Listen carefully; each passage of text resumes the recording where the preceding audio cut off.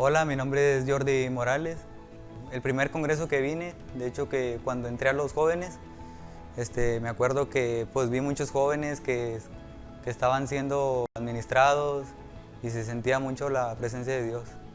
Mis papás son Verónica Castro y Jaime Morales.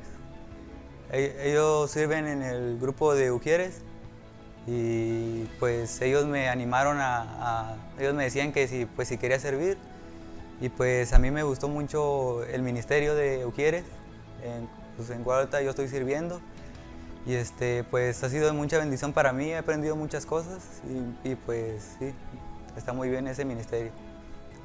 Aquí se enseña muy bien y pues gracias a los pastores que pues con su atención, el pastor Pepe, el pastor José Luis y a todo pues el grupo pastoral que pues sí, que pues son muy buenas personas y pues siempre nos están dando ánimo y pues sí, los invitaría a que que fueran parte de Manantial.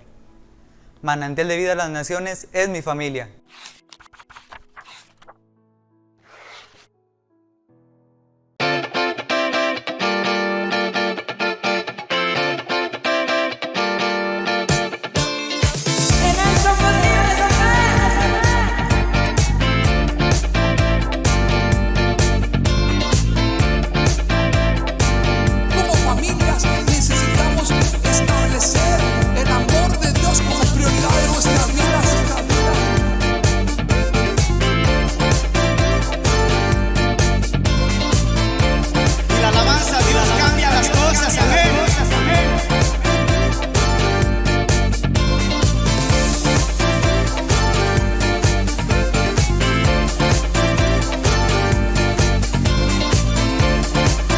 Tu Espíritu Santo desciende en esos momentos sobre su vida, Señor.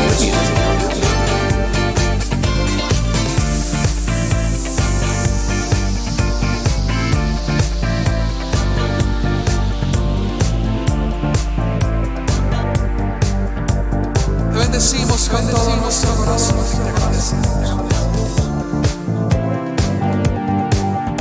Manantial de Vida a las Naciones es mi familia. Es mi familia. Es mi familia. Es mi familia. Es mi familia. Es mi familia. Manantial de Vida a las Naciones es mi familia.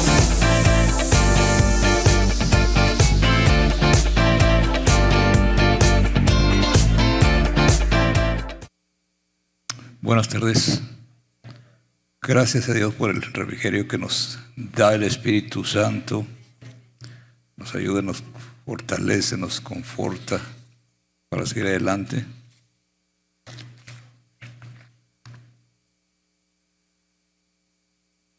En Efesios 4, del 11 en adelante, dice que Dios ha provisto a apóstoles, profetas, maestros, evangelistas, para fortalecer, para ministrar a la iglesia, para que la iglesia vaya creciendo, se vaya fortaleciendo. Dice, hasta que todos lleguemos a la altura o a la medida del varón perfecto. Cuando Pablo nos habla sobre eso, nos está diciendo que hay una medida, o sea, un nivel de crecimiento que tenemos nosotros como centro o como meta es Jesucristo mismo. Entonces nosotros vamos creciendo y como iglesia tenemos que ir creciendo. Por eso a veces ahora tratamos un tema, otro tema, para que nosotros vayamos madurando. Creo que es una buena palabra, ir madurando en nuestra vida cristiana. Hace unas semanas hablamos precisamente sobre la palabra, sobre lo que es ser santo y qué es lo que es la santificación. Y que había quedado pendiente una segunda parte, creo que ahorita la vamos a terminar de ver. Cuando hablamos de palabra santo, que dice Dios, sé santo como yo soy santo, quiere decir que somos aparte, que somos diferentes a lo que el mundo tiene como modelo.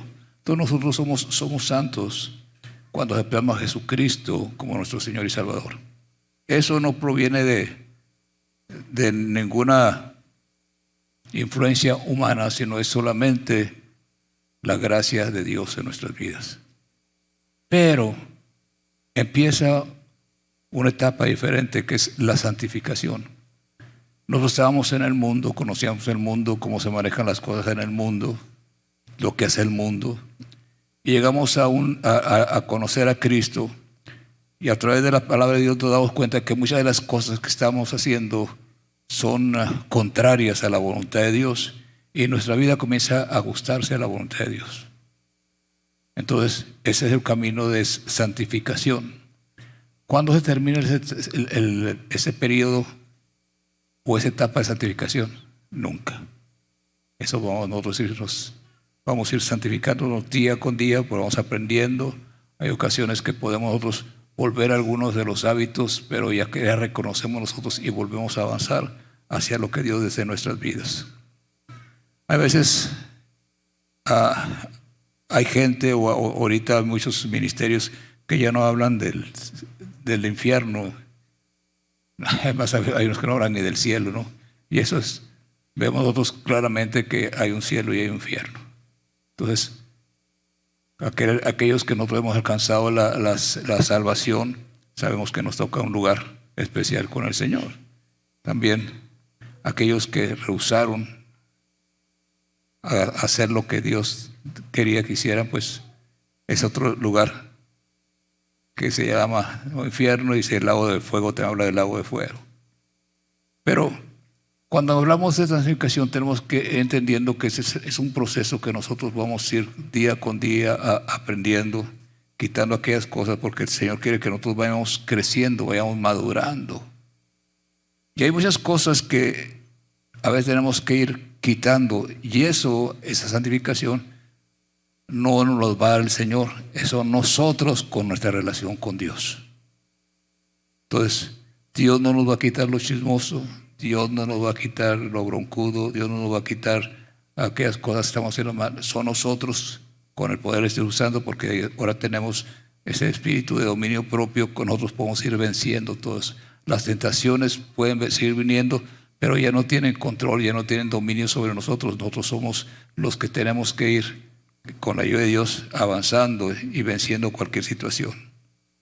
Entonces, cuando hablamos de santificación, mencionaba yo que hay algo que estorba en la santificación, y eso es el orgullo. Ese es el mayor obstáculo que la santificación tiene, el orgullo. Cuando nosotros pensamos que no necesitamos ya ningún cambio, que ya estamos bien, eso es parte de nuestro orgullo, ¿no? Porque ya decimos, yo estoy satisfecho con lo que tengo, y ya estoy perfecto, ya no necesito a Dios. No sé cuántos hayan escuchado una frase, no, soy tan humilde que me siento orgulloso de eso. Pedro, el apóstol Pedro, 1 Pedro 5, del 1 al 5, cuando nosotros vemos esos versículos, vemos a otro Pedro. No era el Pedro impulsivo, no era el Pedro que hablaba y después pensaba, no era el Pedro que hacía y después decía, ay, ¿qué fue lo que estaba haciendo? ¿No? Ahora es un Pedro que en una de las cosas que vemos que hay humildad en él, y tratando de enseñarnos como iglesia a nosotros a hacer lo mismo. Y habla aquí precisamente, ruego a los ancianos que están entre vosotros. Los ancianos son aquellas personas que ya han alcanzado cierta madurez o más madurez dentro de la iglesia, y vamos a decir liderazgo también.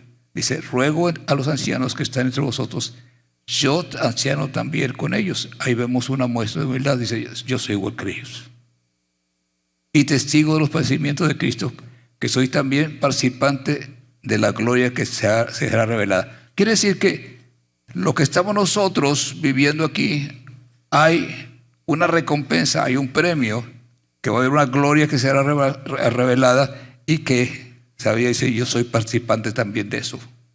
Pero dice, apacentad la grey de Dios que está entre vosotros. Cuando habla de la grey de Dios, está hablando, dice en el original, que es el rebaño de Dios. Apacentad la grey de Dios que está entre vosotros. Y luego nos dice, nos da 3 puntos que debemos nosotros tener o poner mucha atención. Dice, cuidando de ella, no por fuerza, sino voluntariamente. O sea, el liderazgo, aquellas personas que tienen autoridad sobre la iglesia, tenemos que saber que somos unos servidores y no somos nosotros unos dictadores. Dice, no por ganancia deshonesta, sino con ánimo pronto. No como teniendo señorío sobre lo que están a vuestro cuidado, sino siendo ejemplo de la grey. O sea, no porque yo soy pastor, yo soy mayor que ustedes. Todos somos igual delante de Dios, con diferentes puestos, con diferentes posiciones, pero todo para seguir avanzando en el plan y los propósitos que Dios tiene para nosotros. Dice, y cuando aparezca el príncipe de los pastores, es Jesús, vosotros recibiréis la corona incorruptible de gloria. En los juegos, en aquellos tiempos, los que ganaban les ponían una corona de olivo, pero aquí nos está diciendo que es una corona incorruptible, y según una corona incorruptible de gloria. Y luego habla a los jóvenes, aquellos que tienen menos tiempo, aquellos que van en el caminar. Dice, está sujeto a los ancianos. O sea, los ancianos que se han puesto sobre la iglesia tienen que tener la sabiduría para enseñar, para guiar a estas personas que vienen atrás de nosotros. Y todos sumisos unos a otros, o sea, sumisos unos a otros, revestidos de humildad, porque Dios resiste a los soberbios, o sea, aquellos orgullosos, y da gracias a los humildes. Cuando nosotros hablamos de humilde, no estamos hablando de una condición económica, no se trata de dinero. Muchas personas pueden ser humildes y ser muy orgullosas. Cuando estamos hablando aquí y da gracias a los humildes, es una actitud de nuestro corazón, que son sencillos, que es humilde delante de Dios. Entonces, leía yo, por ejemplo, buscaba yo en los diccionarios, el diccionario de la Real Academia Española, la definición de orgullo. Y dice, es un sentimiento de satisfacción por los logros, capacidades o méritos propios o por algo en que una persona se siente contenta. Por ejemplo, ahora que terminan los juegos de fútbol en Qatar y el equipo de México traiga la Copa de la Victoria, nos van a sentir orgullosos. ¿Por qué se ríen? Bueno, pues se vale soñar, ¿verdad?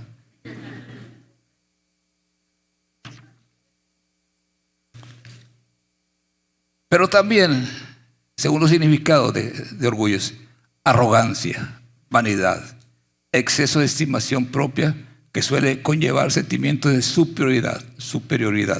Entonces, la arrogancia, la vanidad, el exceso de estimación propia nos impide a nosotros avanzar en el proceso de santificación, o sea, ser como Cristo.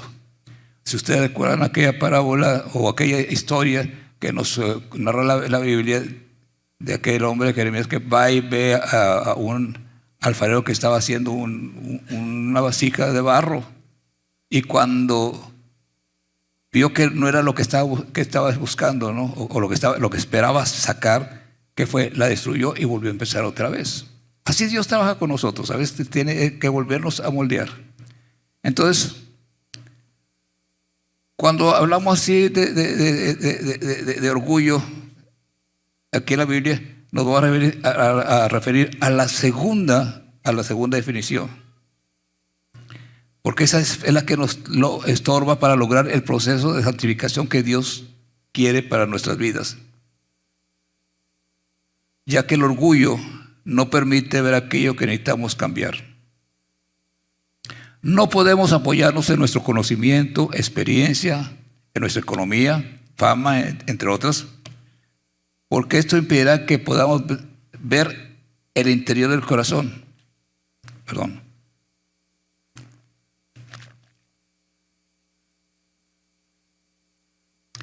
Entonces tenemos que dejar a Dios, al Espíritu Santo, que sea el que nos analice a nosotros, nos revele aquellas áreas que nosotros necesitamos cambiar. El rey David, o el hombre conforme al corazón de Dios, como se conoce, ese rey David cometió varios errores, pero el más notable que se ve en la Biblia es precisamente el cometer adulterio. Y después de cometer adulterio, que el esposo de esta mujer con la que cometió adulterio muriera en la guerra. Pero él, cuando Dios le habla a través del profeta y le dice que Dios ha visto todo, porque nosotros nos podemos esconder de los hombres, pero de Dios no.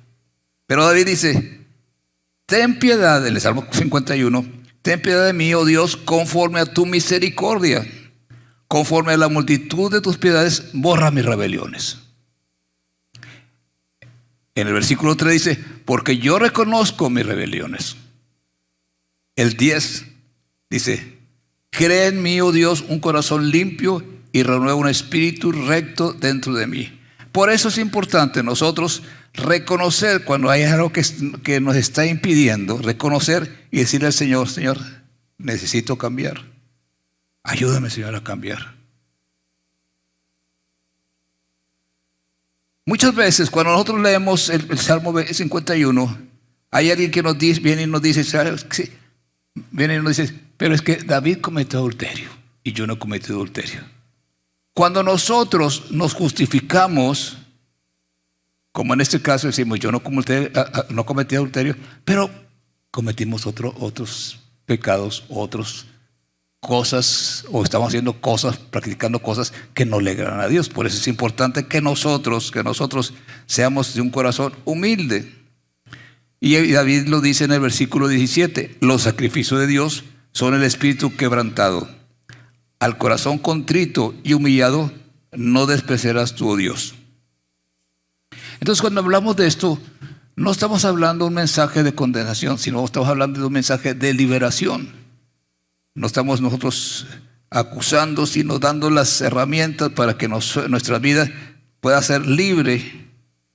¿Y quién es el mayor ejemplo que nosotros tenemos, nosotros de humildad? Y es donde nosotros tenemos que aprender. De Jesús. Nuestro Señor Jesucristo dice en cierta ocasión, aprended de mí que soy manso y humilde de corazón. Cuando Él decía eso era porque era una realidad. Él lo estaba mostrando en la forma que Él actuó, en la forma que Él vivió. Él demostraba que era manso y que era humilde de corazón. Y nos está diciendo, ¿saben qué? Aprendan de mí. Entonces nosotros tenemos a Jesús como nuestro modelo perfecto para nosotros ir aprendiendo de Él. Y eso, Jesús, la humildad se le enseñó a nuestro Señor Jesucristo, no solo a los discípulos, sino también que estaban con Él, sino también a nosotros. En Mateo 20 al 22, dice que en cierta ocasión se acercó la madre de los hijos de Zebedeo con sus hijos y postrándose ante Él y pidiéndole algo. Jesús le dice, ¿qué quieres? Ella le dijo, ordena que en tu reino se sienten estos dos hijos míos, el uno a tu derecha y el otro a tu izquierda. Como buena madre, ¿no? Señor, cuando ya estés en tu reino, que mis hijos sean los favoritos tuyos, ¿no? Que esté uno a la derecha y otro a la izquierda. Y Jesús le respondió, ¿sabes qué? No sabes lo que estás pidiendo. Muchas veces nosotros queremos cosas que no sabemos lo que estamos pidiendo. Después, más adelante, en ese mismo capítulo, Jesús con sus discípulos los llamó y le dijo, ¿sabéis que los gobernantes de las naciones se enseñorean de ella y los que son grandes ejercen sobre ella potestad? Mas entre vosotros no será así, sino el que quiera hacerse grande entre vosotros será vuestro servidor, y el que quiera ser el primero entre vosotros será vuestro siervo. Como el Hijo del Hombre no vino para ser servido, sino para servir y para dar su vida en rescate de muchos. Entonces, cuando nosotros estamos en el camino del Señor, tenemos nosotros que entender lo que es precisamente la humildad y tomar nuestra posición. Dentro del, como le decía hace unos momentos, dentro de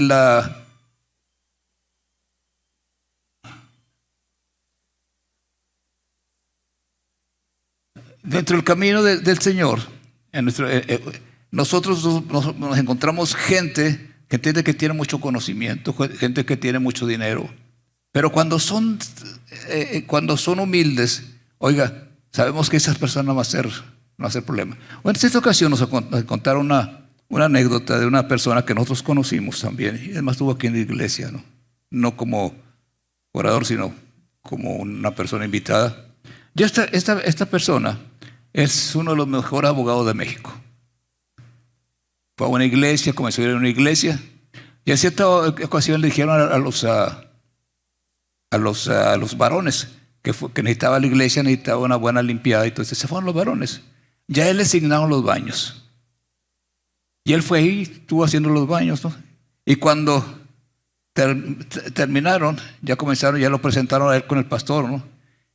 Y le dijeron quién era, le dieron el nombre de quién era. Y él dijo, ay, si es el abogado fulano y tal, está entre los 10 mejores en todo México, ¿no?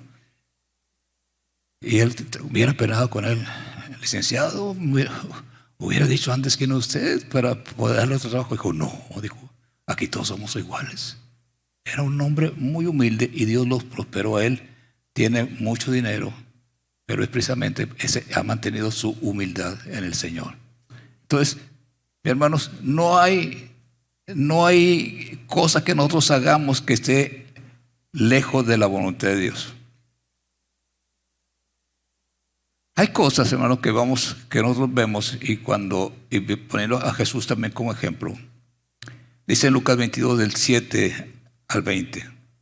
Cuando llegó el día de la fiesta de los panes sin levadura, en que debía sacrificarse el cordero de la Pascua, Jesús envió a Pedro y a Juan diciéndolo, o sea, círculo íntimo, vayan a hacer los preparativos para que comamos la Pascua.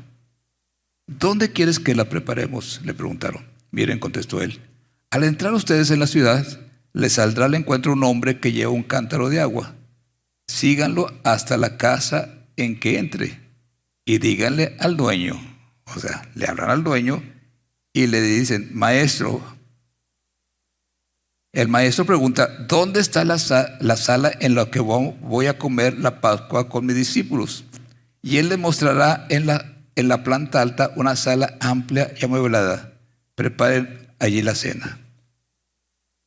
Entonces ellos se fueron y encontraron todo como les había dicho Jesús, así que prepararon la Pascua. Entonces, ¿quiénes la prepararon? Juan y Pedro. No sabemos, no sé si ellos mataron también al cordero. No sé si ellos asaron al cordero. Pero cuando llegaron los 13, Jesús con sus 12 discípulos, oiga, ya estaba todo listo. Los 13 platos, lo que se necesitaba, el cordero para esa cena, para celebrar la Pascua, estaba el pan y estaba el vino. Esto es muy interesante, porque eso representaba precisamente Jesús y traía una enseñanza. A lo mejor me puedo salir un poquito, pero ahorita regresamos otra vez para acá. La misma palabra dice que Jesús es nuestra Pascua. Él fue sacrificado por nosotros.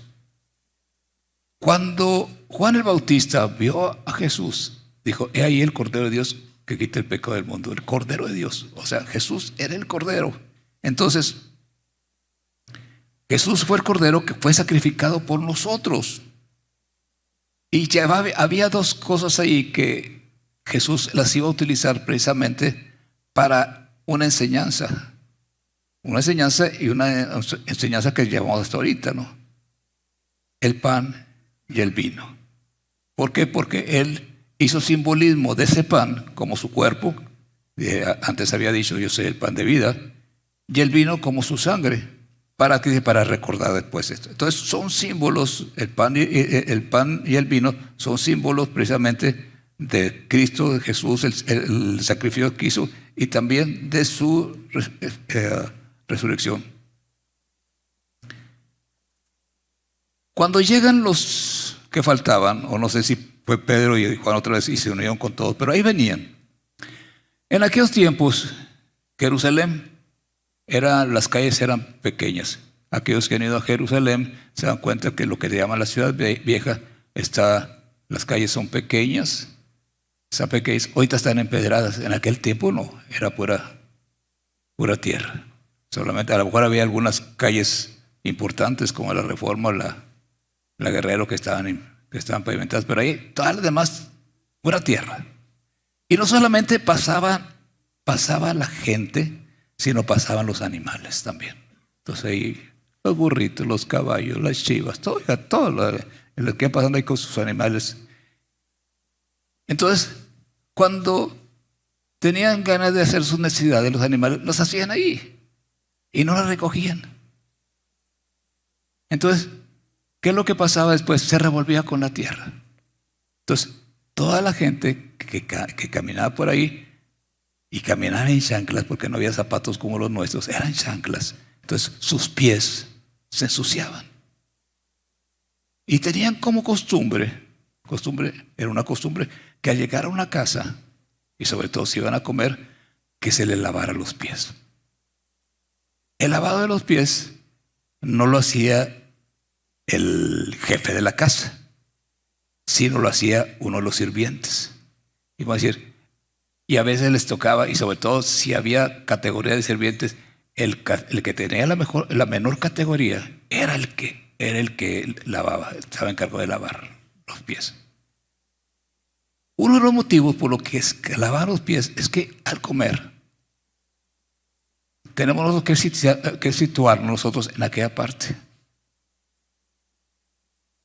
Ok, aquí está Gerardo y Eugenio. Vengan para acá para que me ayuden, Tito, por favor. Como un ejemplo. Las mesas eran bajitas, no eran mesas, no había sillas como nosotros, como esta silla, no.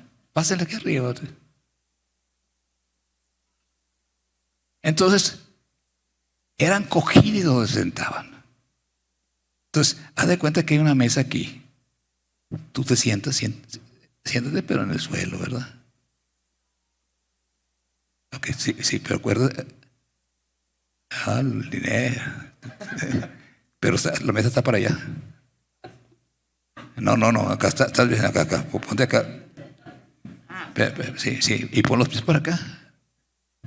No, pon los pies, nomás por los pies, tú por allá, y pon los pies por acá. Ándale, ahí está sentadito, vas a comer.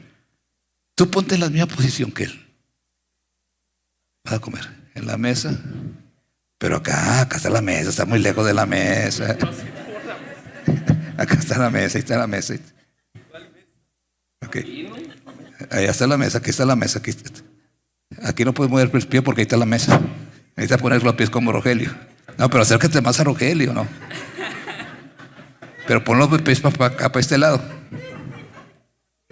Ok. ¿Se imaginan ahora? Aquí ya están en la mesa. ¿Se imaginan? Gerardo estaba en un lado de Pedro y Juan. Aquí está Pedro y ahí está Juan. Okay. Pedro estaba ahí. Si no se lavaban los pies y traían ahí popó de...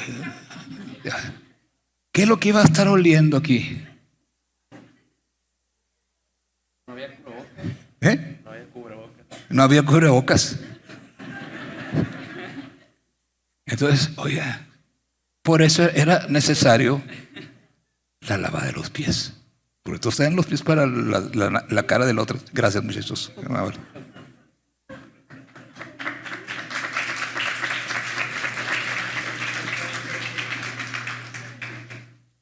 Entonces, lavaban los pies. Entonces, algo bien importante es que, y aquí empieza precisamente una de las enseñanzas que nosotros vemos en Jesús. Cuando va a Jesús, o cuando una persona lavaba los pies, ¿qué es lo que tenía que hacer?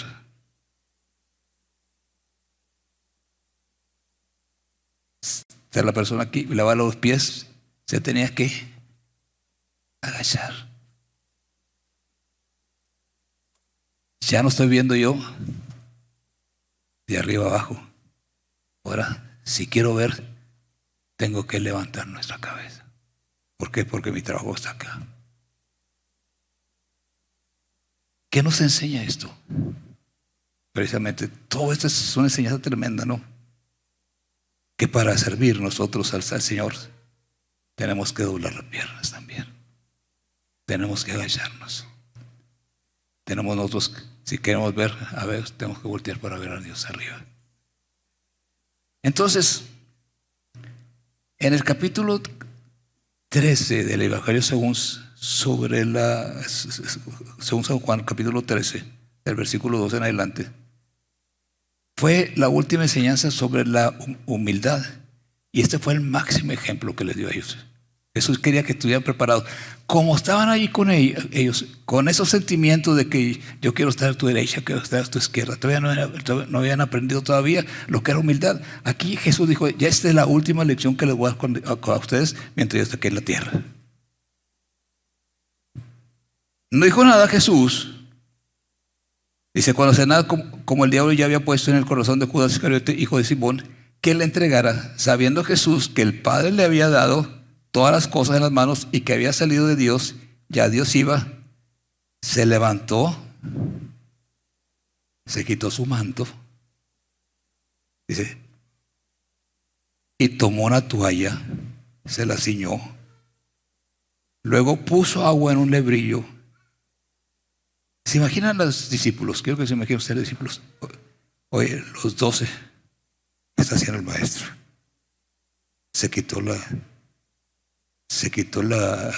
su manto, se amarró con... No entendía lo que estaban haciendo. No sé si estaban perplejos, ¿qué estará haciendo? ¿Qué estará haciendo el Señor? Oye, lo que agarró el agua, la vasija esa con agua. Y Jesús comenzó a limpiar los pies a los discípulos. Aquí nos dice la palabra de Dios que ninguno se opuso. No sé si porque estaban atónitos viendo lo que estaba pasando o les gustó o no. Pero comenzaron a lavar a todos hasta que llegó con Simón, con Pedro. Y Pedro le dije, Señor, tú me lavas los pies. O sea, ese trabajo no es para ti. Tú me estás lavando los pies, no es posible. Y Jesús le dijo, lo que yo hago, tú no lo comprendes ahora, mas lo entenderás después.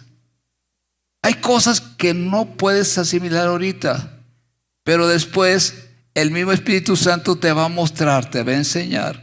Por eso, hermano, cuando nosotros estamos hablando de humildad, es el Espíritu Santo el que nos va a mostrar cómo está nuestro corazón. Si hay orgullo, si no hay orgullo. Entonces, dijo, Pedro, no me lavará los pies jamás. Y Jesús le dice, si no te lavare, no tendrás parte conmigo. O sea, si no te lavo los pies, tú no vas a tener parte conmigo. ¿Por qué? Porque no estás entendiendo lo que yo estoy haciendo. No era solamente lavarle los pies, sino darle la enseñanza de humildad a ellos también. Por eso le decía hace rato que nosotros tenemos en Jesús el modelo perfecto de humildad. Y si nosotros queremos crecer en Jesús, tenemos que ser humildes como Él fue humilde también.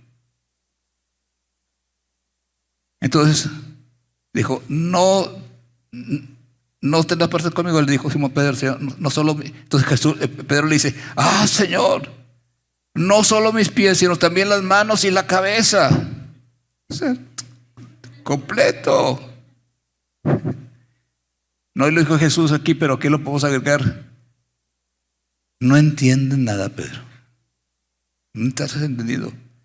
El que está lavado no necesita sino lavarse los pies, pues está todo limpio.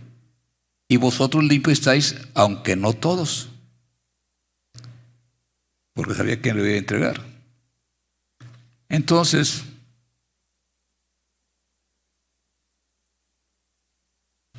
después que lo hubo lavado, tomó su manto y volvió a la mesa. Y le dice, ¿sabéis lo que he hecho? Yo creo que no. vosotros me llamáis maestro y Señor, y decís bien porque lo soy. Yo soy el maestro, yo soy el Señor. O sea, en categorías, yo soy el que soy más alto que ustedes. ¿Por qué? Porque yo soy el maestro, a ustedes les estoy enseñando. Ahora dice, pues si yo, el Señor y el maestro, he lavado vuestros pies, vosotros también debéis lavaros los pies los unos a los otros. No quiere decir que nosotros vamos a lavar los pies. Ay, les voy a lavar los pies, no por lavarse los pies, no. No, cuando se hace esto es porque hay un acto de humildad en la persona que lo está haciendo. Pues si yo, el Señor y el maestro, he lavado vuestros pies, vosotros también debéis lavar los pies los unos a los otros, porque ejemplo he dado para que como yo os he hecho, vosotros también hagáis. De cierto digo, el siervo no es mayor que su Señor, ni el enviado es mayor que el que le envió. Si sabéis esas cosas, bienaventurados seréis si lo hicieres. Entonces, si nosotros somos los seguidores de Jesús, primeramente tenemos que ser confrontados con el Espíritu Santo y ser nosotros también sinceros con Dios de aquellos cambios que nosotros necesitamos hacer. Quiero aclarar en esto, ¿no? Y espero que no se me malentienda. Nosotros como humanos, y hemos aceptado a Cristo, dice que el pecado ya no se va a enseñorear de nosotros. Pero si vemos otro versículo, dice que si alguno hubiera pecado, abogado tenemos para con el Padre. Entonces, si no se enseñorea con nosotros, ¿por qué tenemos el abogado para que interceda por nosotros? Porque nosotros, como humanos, podemos fallar. Pero el hecho de que nosotros fallemos no quiere decir que esa es nuestra forma de vida, de andar pecando. Nos descuidamos por ignorancia, nos metimos donde no debemos estar, donde no debemos de meter, vimos cosas que no debemos ver, hicimos cosas que no debemos de hacer y caímos. Dice, entonces ahí tenemos que recurrir a Jesucristo el abogado.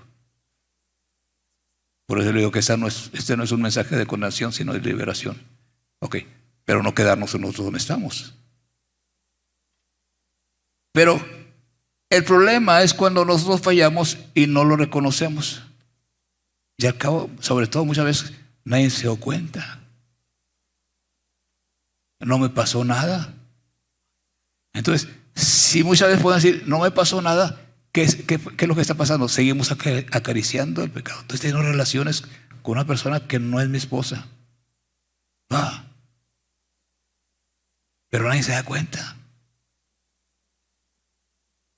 Los que me están, vamos a decir, la medida no está en el hombre, la medida está en Dios, en Cristo Jesús. Pastor, es que yo no le hago mal a nadie, yo soy muy bueno y muy buena, no. Oye, pero eres bien chismoso. Pastor, no. Oye, estás metiendo cizaña entre uno y otro, hablas de uno y hablas de otro, no. Ay, pero eso no son pecados. ¿Es eso el actuar de Cristo? No.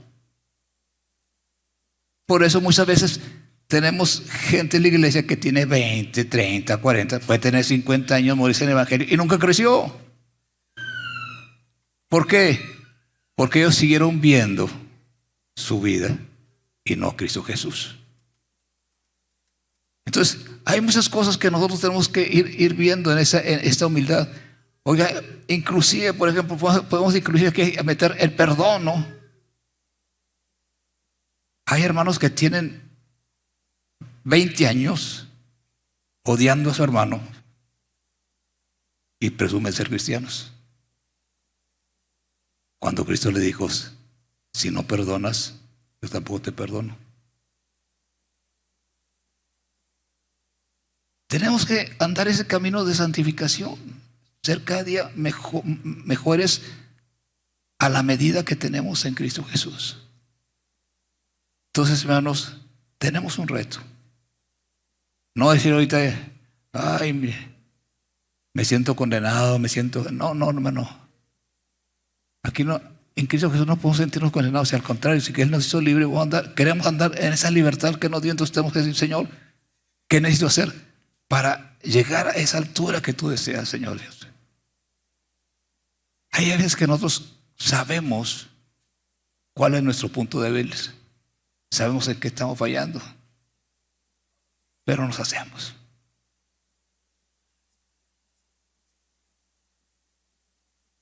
Tenemos nosotros que romper con todo eso y comenzar a imitar a Cristo Jesús. Es una tarea que se la dejo para esta tarde, para el día de hoy. Ábrase con el Señor y diga al Señor, ¿qué puedo hacer? ¿Qué hay dentro de mi vida que me está impidiendo lograr toda mi plenitud en ti, Señor? Tú deseas lo mejor para mí, Señor. Y yo quiero agradarte, Señor. Yo quiero ser fiel. Yo quiero crecer, Señor Dios. Hay estas cosas que me están quitando, que me están robando, que me están deteniendo, Señor Dios. Ayúdame para seguir adelante. ¿Y sabe qué? Él lo va a hacer. Porque si Él lo dijo, Él lo hará. Amén. Que Dios los bendiga, mis hermanos. Tú eres nuestro refugio, tú eres nuestro escondedero. Y a ti te honramos, a ti te bendecimos, a ti damos gloria, honor, adoración, Señor. En el nombre de Jesús. Apláudale fuerte a nuestro Dios, Rey de Reyes y Señor de Señores. Amén. A los que nos están viendo por redes sociales, Dios los bendiga. El Señor siga obrando en nuestras vidas. Nos vemos en los próximos servicios conectados.